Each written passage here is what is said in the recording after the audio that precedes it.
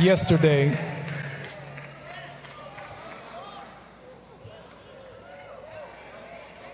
I listened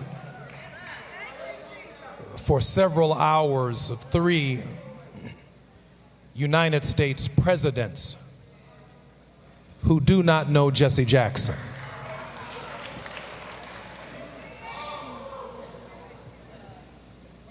He maintained a tense relationship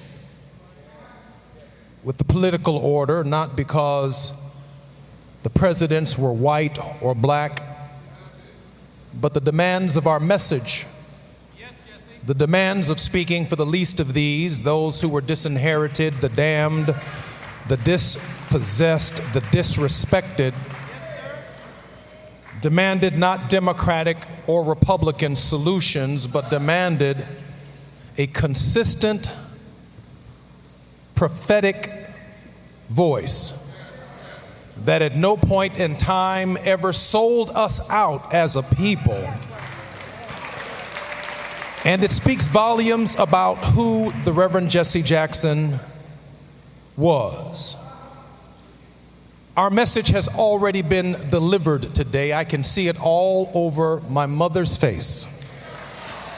Rise, Jesse, rise. Give Jonathan Jackson another great round of applause for delivering our family message to the world. Let's hear it for the congressman.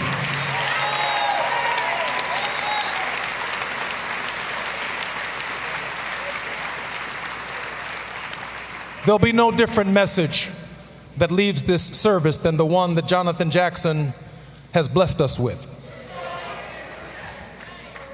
I want to thank my sister Ashley, and on behalf of all of our siblings, there is something about the blood of service that Jesse Jackson has given to all of us. Ashley is an extraordinary individual, a very, very talented young lady, and I am so grateful, we're all so grateful to call her our sister. Thank you, Ashley.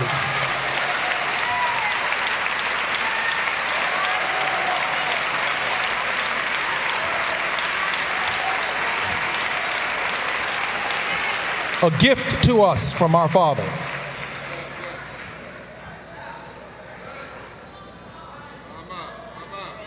To my sister Santita,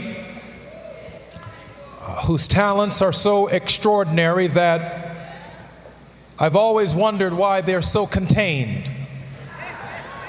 We're so grateful for her scholarship, her input, her thinking, her being our oldest sibling. She doesn't like oldest, she likes eldest sibling. We want to thank Santita in a very special way for her leadership. Give Santita a great round of applause. Let's hear it for Santita.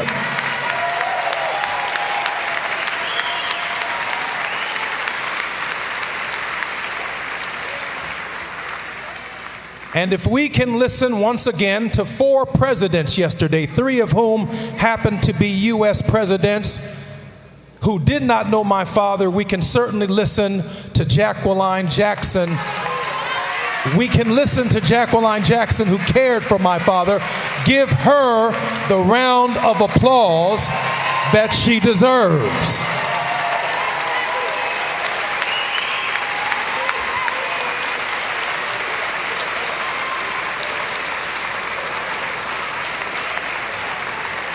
And last but not least, for 64 years before we heard of progressive nuclear palsy or Parkinson's disease, my father at North Carolina A&T said that he was standing at the cafeteria when he saw a young fresh woman walking across the campus. And Mommy, at least as the story was conveyed to me, he said something to the effect that you're going to be my wife one day. And Mama said to him, you're going to have to work hard to make that the case, my brother.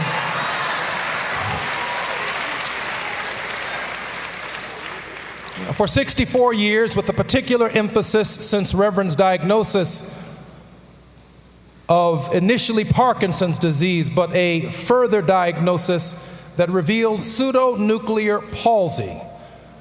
Whether the weather was rain or whether the weather was cold, whether things were going well or things were not going well, the mountaintops that marriages reach as well as the valley that they reach, Jacqueline Jackson has been the enduring force in the ministry of the Reverend Jesse Jackson, and she lent him to the world. Give Mrs. Jackson the honor that she deserves.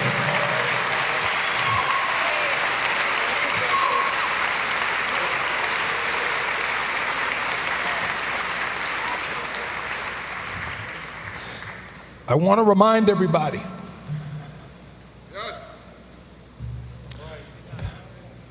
that we are burying our father today.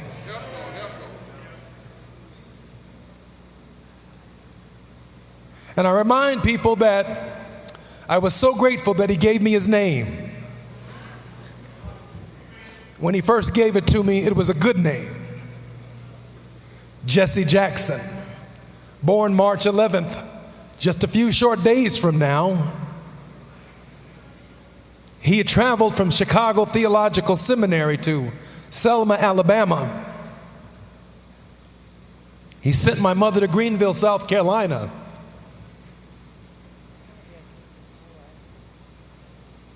Because he wanted his firstborn son to be born where he was born.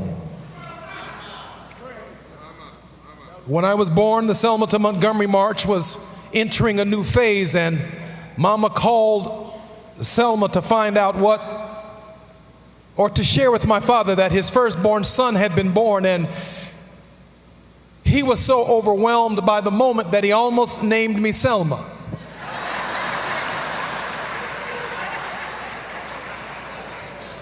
But thank God for Mama's better judgment.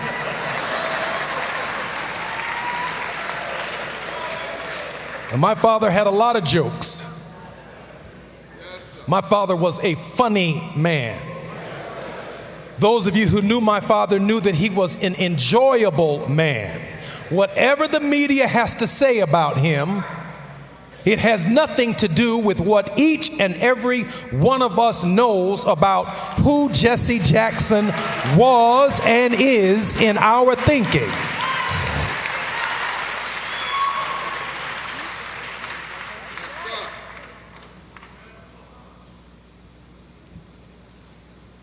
Being Jesse is not easy. And so Dad and I had worked out some understanding of why he would do this and why I would do that. And a symbiosis occurred in our personality, because what he did affected me one way and what I did affected him the other way. But such was the name Jesse Jackson. And I remember when I was in prison,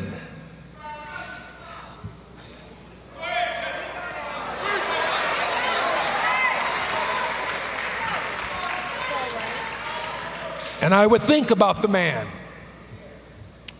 who brought Robert Goodman home,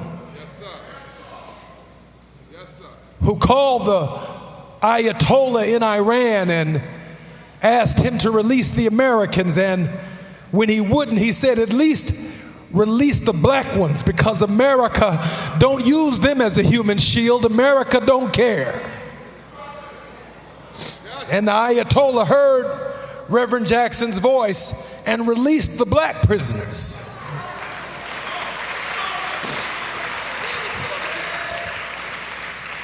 Jonathan and I were in Cuba when Dad brought, I believe, the Mario prisoners home.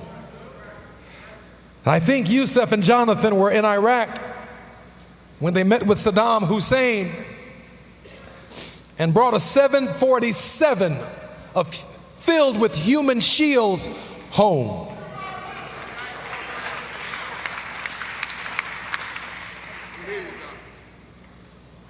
And I remember Mama when Daddy would come visit me in prison, and I would think about all of the people my daddy could save.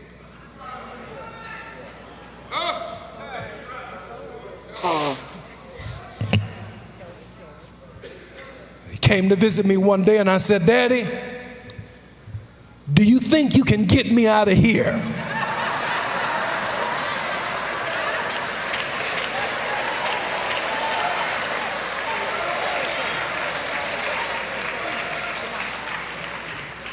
He said, I'm trying, son, but don't give up.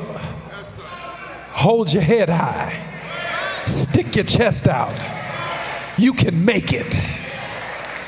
And so yesterday, I began a little statement.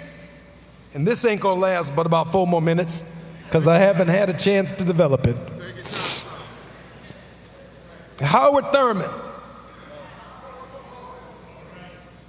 Because the message has already been delivered. Rise, Jesse, rise. I'm specifically hanging around Howard Thurman yesterday because I don't want the media to step on Rise, Jesse, rise in tomorrow's story.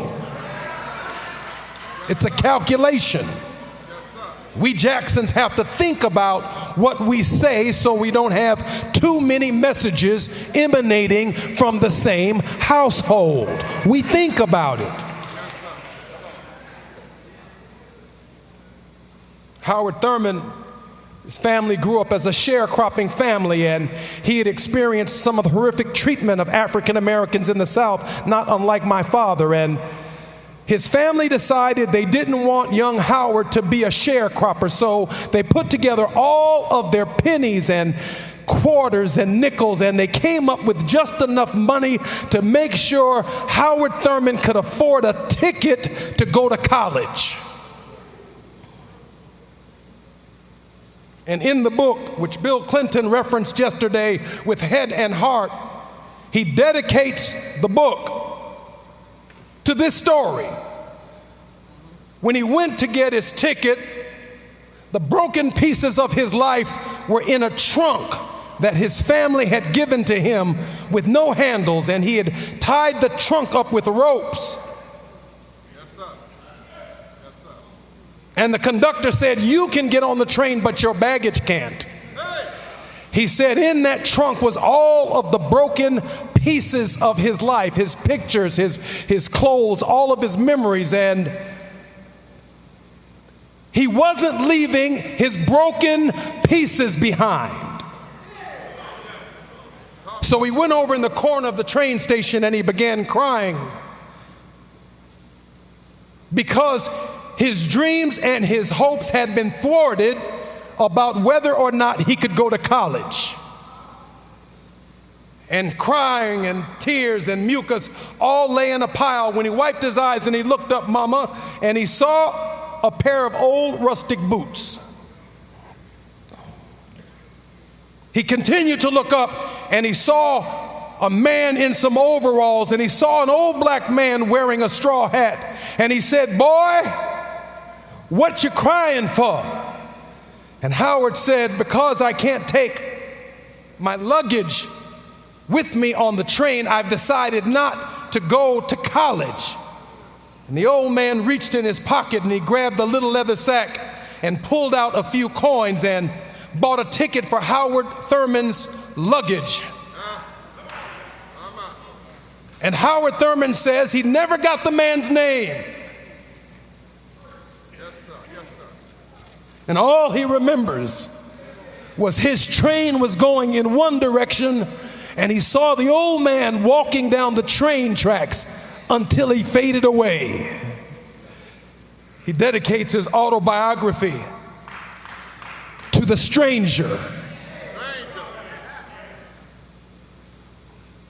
who restored his hope